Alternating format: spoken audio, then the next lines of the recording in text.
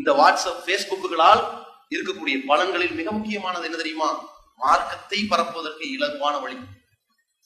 அது ஆழமா பதிஞ்சுக்கணும்.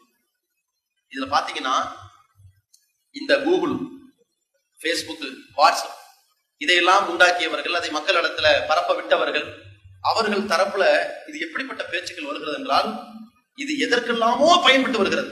ஆபாசங்களுக்காக, சினிமா பாடல்களுக்காக, உலக ஆடம்பரங்களுக்காக, எத்தனையோ சமையல்களுக்காக, ஆடைகளுக்காக, எத்தனையோ வியாபார வர்த்தகங்களுக்காக வருகிறது. ஆனால் முஸ்லிம்களில் பெரும்பான்மையானவர்கள் மார்க்கத்தை பரப்புவதற்காகவே பயன்படுத்திக் கொண்டிருக்கிறார்கள் என்று அந்த உருவாக்கியவர்கள் பேசிக் கொண்டிருக்கிறார்கள் என்றால் நாம கம்மியாக செஞ்சிருக்கிறோம். அதையே அவர்கள் பிரமிக்கிறார்கள் என்றால், நாம் முறைப்படி செய்தால் எல்லாருடைய இடத்திலையும் போய் சேரும். நாம நினைக்கிறோம் நம்ம 5000 பேருக்கு செய்தி சொல்லிட்டோம் அல்ல. நாம் தொடர்ந்து பல செய்திகளை சொல்லிக்கொண்டே இருந்தால்தான் யாருக்காவது போயிட்டு திரும்பி வரும். எந்த அளவுக்கு மக்கள்கிட்ட சென்றெடுத்து கொண்டிருக்கிறது யோசிச்சு பாருங்க. ஆனாலும் சொல்லுகிறோம், இதெல்லாம் இவ்வளவுதான், ஜாஸ்தி இல்லை. நம்ம நிறைய செய்யல, சுருக்கமானதுதான், ரொம்ப செய்யல.